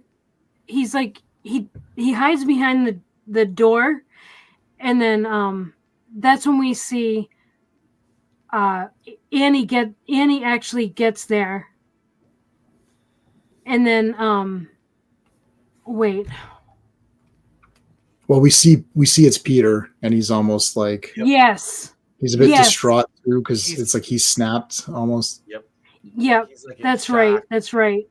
because he goes over to the body and he starts like, he's like, oh my God, it's kind of like a what did I do thing. So you'll kind of like, or what happened, it's yeah. And then what's the detective's name? Because he walks I don't remember in. his name. Yeah, I it's the can't lady remember. cop he killed, not the. Yep. Yeah, it's not Annie. Yep. It's not Annie. It's not female. Annie. The inspector. He killed Joan Cusack. Yeah, Joan. He killed Joan Cusack. Yep. Yeah. And then he's like sitting in the corner, and he's like, I didn't know. And then and the detective quotes Doyle to Peter and says that okay, so one thing I forgot was that a little bit earlier in the police station, the Bulmer's maid told the inspector, that Inspector Altieri, that's the woman that he actually killed, that he thought was Annie, that he had an affair with Jane. He had an affair. Yeah, the agent had an affair with Jane, and that Altieri decided to go over to Jane's house to find out, and because she was too headstrong, she came alone, and then, but she didn't know that Peter was mad, and it cost her a life. And he says, I don't know if I should hate you or feel sorry for you. And then Peter's like, no, I didn't kill the other women. He's like, he's totally denying the other women. And the detective says, I know that would be impossible. Referring to the Arthur Conan Doyle quote. And then Peter laughs, and he says, when I realized that Cristiano was the killer, it didn't take him long to realize. He said it didn't take him too long to realize that.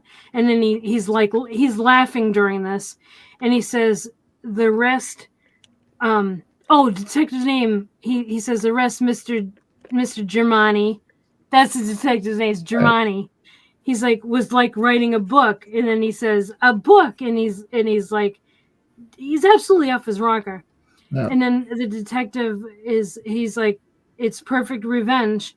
The razor killer was dead, but you wanted him to live on long enough to be blamed for the murder of your fiance and her lover, the two people you hated the most. And then he tells Peter to get up, and then like after a couple times, Peter gets up, and we see Peter slit his own throat with a razor blade. Well, do we? And then they think it's over. So the detective and Annie go to the car, and Annie's like, it's not possible. It's not possible. And the detective says, well, I couldn't believe it either until I got a telex from Interpol, and that he found out that when Peter was a teenager in Rhode Island, a girl he knew was killed brutally. And that's when it flashes again to the woman in the white dress with the shoes. That same woman we see throughout the movie. And the detective says that that murder haunted him his whole life, but they didn't have enough evidence on him to convict him. So he realized that any obstacle. Oh yeah, and then he says he wrote about it in his last book, and then he quotes it, and the quote is, Now he realized that any obstacle or humiliation standing in his way could be swept aside by a simple act of annihilation, murder. And then Annie's freaking out, and he's like, it's fine, it's over now. And then he kind of looks, and he's kind of thinking about, like, wait, is it over? So he decides to go back into the house to check. Of course, Peter's gone. Yep, go ahead. He got into the car and he dropped his pistol on the passenger seat. Every other time he's had his pistol out, he's reholstered it. They've showed him reholstering it. He dropped it on the passenger seat, went back into the house unarmed. Yeah, that's true. Active crime scene. And yeah, I was like, when I saw that the first time, I was like, oh shit. Like, this is going to come into play. I'm like, as soon as he made that decision to get out of the car and you don't see him grab his gun, I'm like, he's fucked. This guy's fucked. Yeah. Yeah. Yeah. So we see that, we just see a pool of blood and like a handkerchief with Peter's initials on it. And Peter's gone. And then I love this shot. So best shot ever. Yes. Wait. Before you get to that, the razor. He picks up the razor. The razor squirts out the fake blood. Yes. So the razor's there.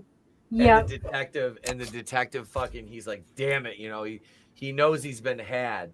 Yeah. And the shot where here it is right here. I'm gonna pull this that's up. the best.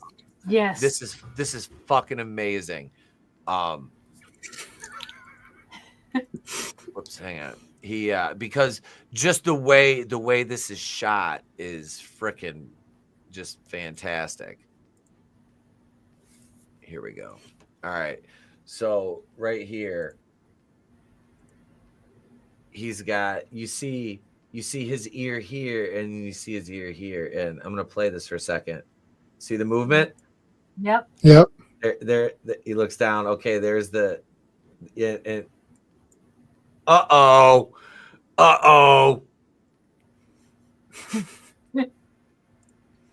Wah. That was fantastic. It took me a minute to catch that the first time I watched it. And I'm like, because you're looking at the way his head moves, and I'm like, wait, his fucking ear didn't move. And then you see him move again. And it's like, okay, it's not just me. I'm not just stoned. And then when he kneels down and you see, it's like, oh, I loved it. I loved it. That was awesome. It's awesome. Yeah. Oh man. Yeah. That shot was so awesome. Yeah. And then he gets the X too.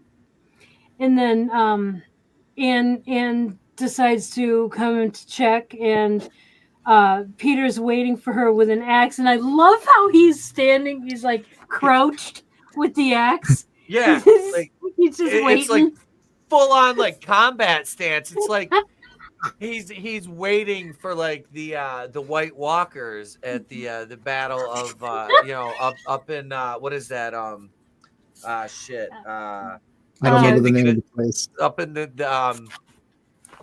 Hardhold or Hardhome or I was gonna say Helm's Deep, but that's wrong. That's wrong. That's not it. That's Lord of the Rings. I think it's Hardhome or home. It's something like that. No, it's Winterfell. It's the Battle of Winterfell. Yeah. Okay, yeah.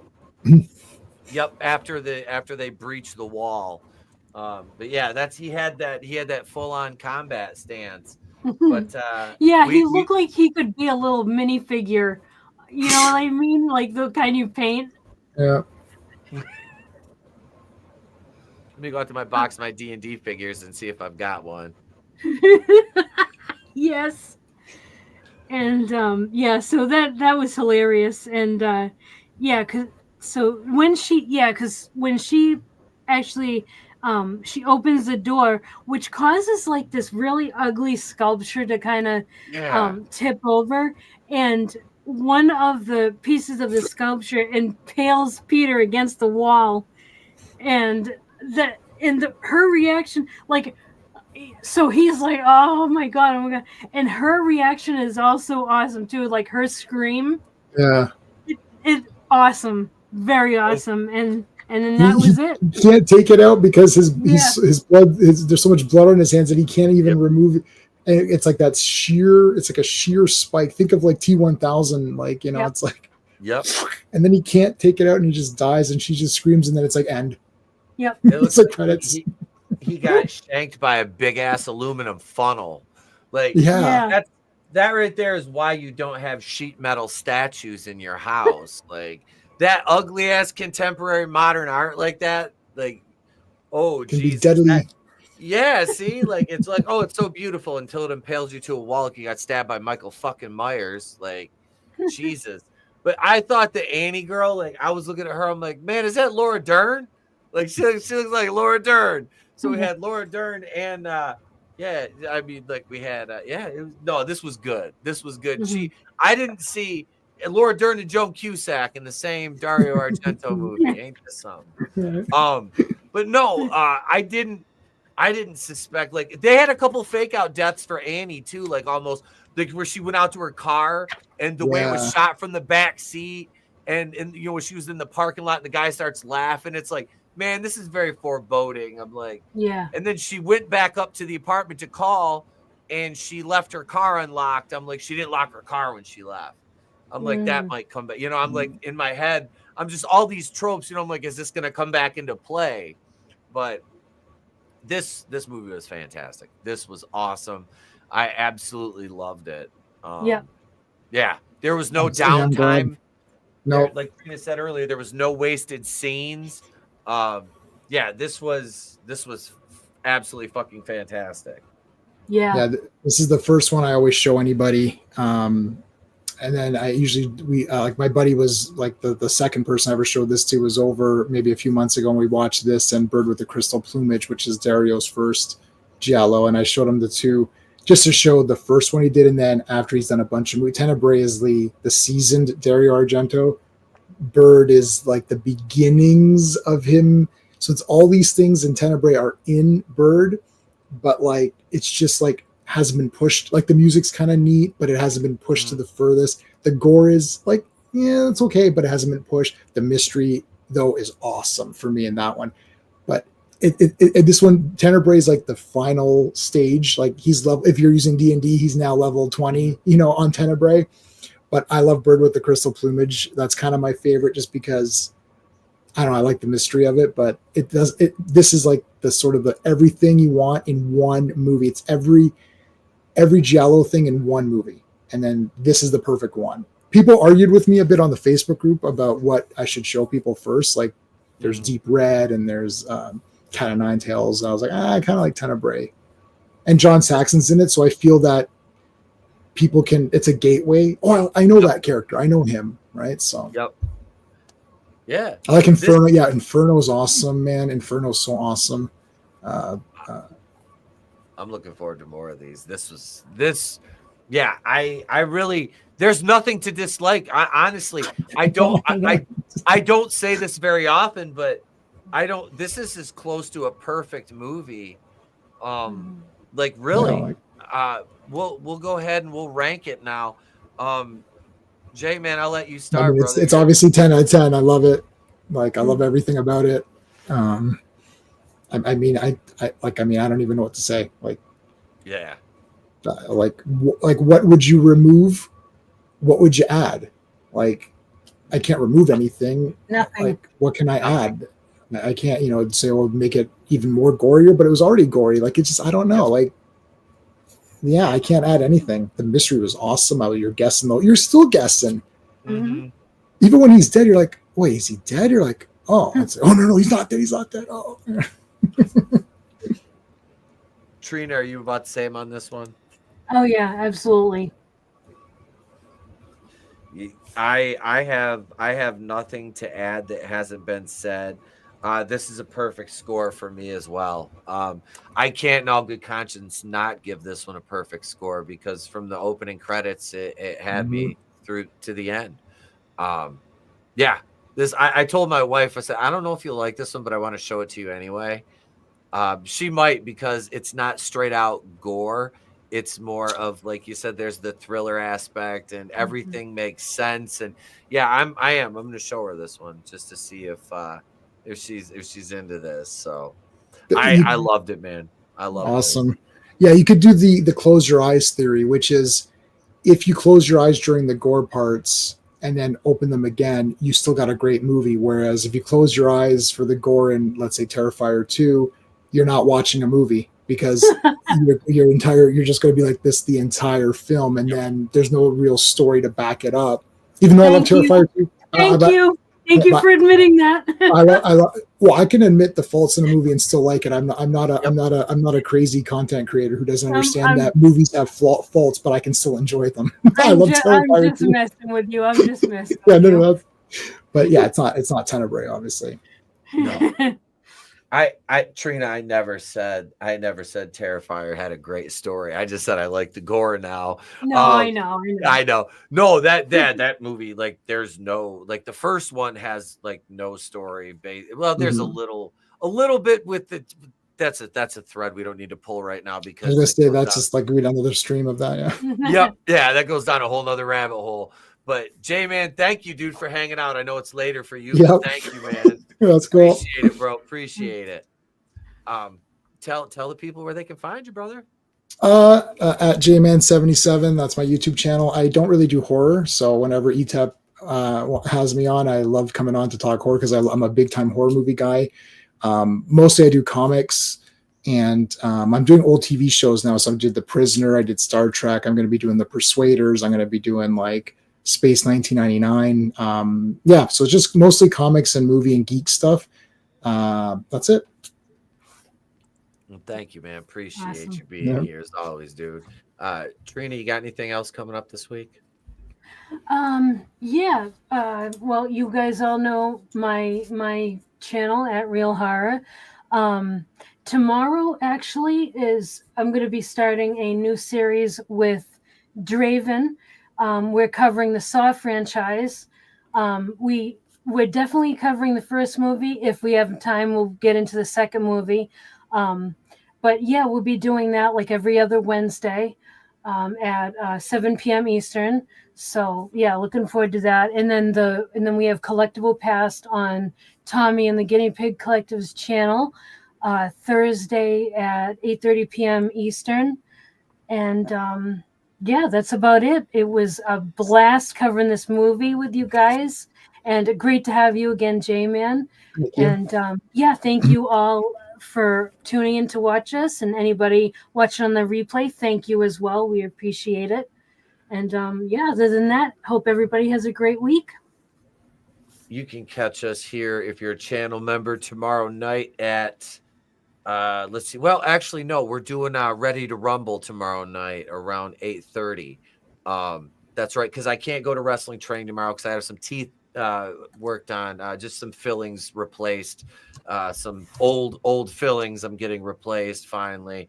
So yeah, but I can't go wrestle after having my mouth worked on. I'm not going to do that. So yeah, we're gonna watch Ready to Rumble tomorrow night, and you'll get a member stream probably earlier in the day. And I've got to review Halloween Resurrection. That's the last one, and then next week, Trina, I am so ready for this. Are you? Because we get to watch and review Rob Zombie's Halloween 1 and 2. And we're going to do it all in one shot. It'll be fine. It'll be okay. Yep. It'll be okay. But so yeah, folks, and I'll have some videos, and I'm actually going to put out another short tonight.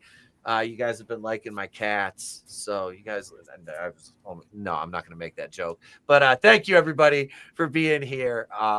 You can check us out on Patreon if you want. That's patreon.com/wrestling with horror 420. Once again, thank you to everybody in the chat, channel members, patrons, our guest J-Man, Mrs. Co-host Trina. Thank you, guys. I'm Etep from Wrestling with Horror. Have a great day. Pleasant tomorrow. If I don't see you, catch you on the next one. Remember, it's always better to burn out than fade away.